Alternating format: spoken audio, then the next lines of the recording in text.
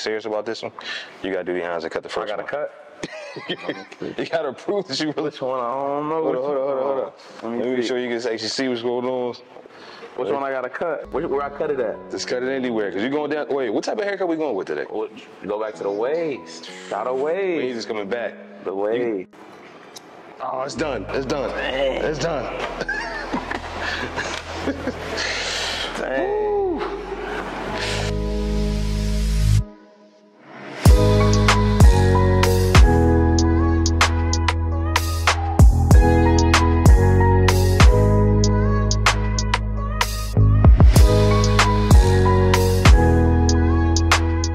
Something different now. I'm trying to like start over in the sense of like with basketball too, like so it's just like it's perfect time to change. Perfect time to change, yeah. When you say you're trying to start over with basketball, was it like this year, like I was telling you, like it was just unlucky. Like I got hurt mentally. It was just like I was out of a job because I'm trying to find a new job because I felt like they was trying to they was trying to rush me back, and I didn't feel like it was right. And I usually don't like talk.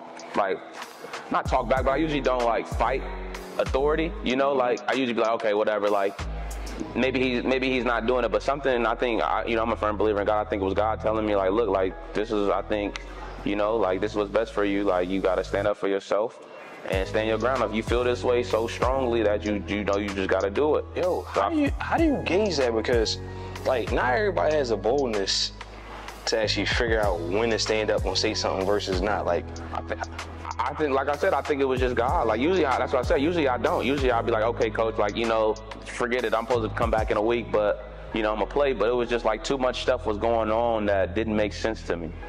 So I was like, like I'm gonna just, say I'm standing up for myself. I'm sticking to the plan that we made because we came up with a plan. And I'm gonna stick to the grind. I'm gonna stick to the plan. I'm gonna stand on business, and I'm gonna live with the consequences. At least living with the consequences is something that I believe in. So I didn't have a problem with that. Yo, tell me about the type of self-esteem you gotta have to do that. Because think about it, a lot of people, because of social media and likes and people actually finding their identity in the opinions of others and the opinions of the larger community. Right. How did you make a decision to say, you know what, I don't care about the majority, I just care about them, like, who's most important? Because at the end of the day, I feel like, I've been around, I'm blessed enough to be around good people with good heads on their shoulders, and a lot of people always told me that, it's your life, you gotta live it, so like at the end of the day, you gotta do what's best for you. And if you can sit there and tell yourself that this is what's best, then you can live with that at the end of the day, because nobody's gonna wake up you. And I always tell my friends that when they try to make decisions, like, look, like, it's your life, it's your story. Nobody else can live your life. It don't matter how hard somebody else wants to. They don't have your name. They don't have your blood.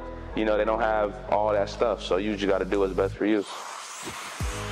Because at the end of the day, you got to live that life. And if you mess up, you can be like, damn, I shouldn't have listened to that person. I should have did what I thought was best, One of my homies, he shared a phrase with me that I think made sense. And he said, comparison is a thief to joy. Mm-hmm. And it made sense to me because I think that a large amount of times that I find myself to not be grateful in life is when I'm considering what somebody else has. Yeah. But then every time that I've thrived in life is because I was grateful for what I had, and I leaned into my own fingerprint. Like I leaned into what was crafted for me. Right. You know what I'm saying? And the analogy that I get when I think about that is sneakers. Mm-hmm. Like there are certain sneakers that are rare because of them being in limited edition. Right. And that usually drives the value up. Like when everybody can't get their hands on it, when it's perfectly crafted just for, like, when a sneaker is like 1 of 100, it has a higher value. But then there's a thing called a player edition when it comes to sneaks, where certain sneaks are designed just for a unique player. Right. That sneaker has a higher value than them all just because everybody can't get their hands on it. Right. You know what I'm saying? So we like those unique sneakers. Yeah. But if we actually, the more we become like mass production, trying to copy everybody else, right, we become $100 sneaks. $100 sneaks. Yeah. Yeah. Easy to attain. Yeah.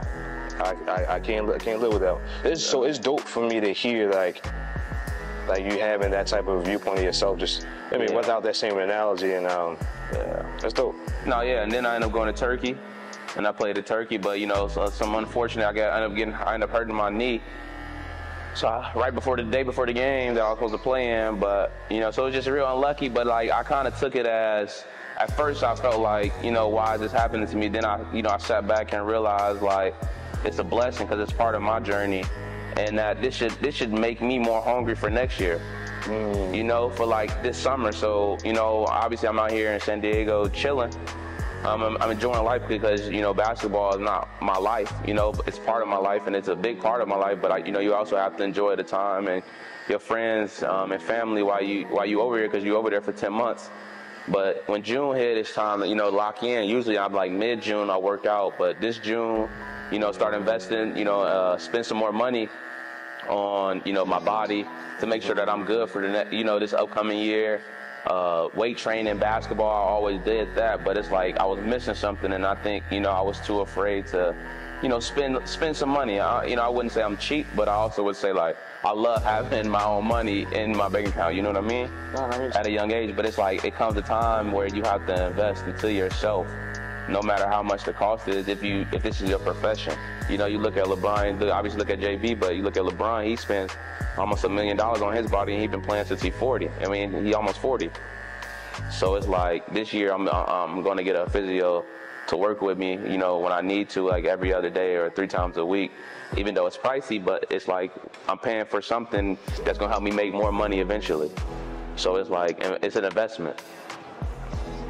But you know, when you're younger, I don't think about that. It's like, oh, I'm gonna be good. I'm just not gonna touch a basketball. I'm gonna just be all right. But it don't work like that when you start getting older, and everybody tells you that when you're younger. But you don't listen. You be like, nah, that's y'all just talking. I don't even know if that's an age thing, bro. Because here's what I believe. All the time, I believe whatever we do while off the clock will determine what we do while on the clock. Meaning, how valuable we are. Because first off, nobody else is going to value you at the same value that you have for yourself. Right. And if you can't expect for somebody else to do more of an investment into you than what you're doing for yourself, like, I can't do more for you than what you want to do for yourself. You know what I'm saying? Like you got to set the tone for that one. So, but the certain thing is like when you're younger, you can get away with stuff, especially with basketball. You can. Especially with basketball league, like you can go out there and hoop and not stretch. Whereas in like if you 27, 28, 30, you start to be like, nah, I gotta stretch, I gotta warm up right. You know, like gotta warm up right, or something gonna happen. To that point, you're definitely right. I was just looking at the aspect of you become there's larger gains and separation. Snowing in here. Yeah, it's definitely snowing. We're gonna get rid of all that. Yeah. But it's definitely a separation factor that takes place the more you invest in yourself. For sure. You know what I mean? And I think, to your point, the separation is smaller when you're younger. Yeah. But it definitely becomes larger when you start getting older. Definitely so. I'm saying, you still got hair. This don't even look like me. This is crazy. My Instagram going crazy right now. Ooh, because you actually I just posted a picture of it for you. Yeah. Why? All I see is why? No way. Wow, you actually did it. Oh man, this feels crazy. I actually like that though. Damn, man. I should FaceTime my mom right now. I'll be right back.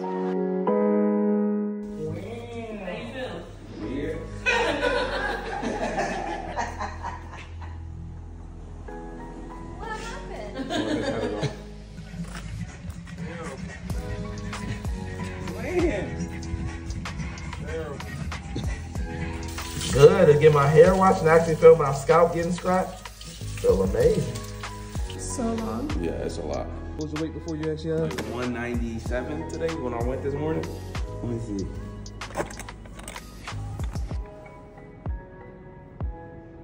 195.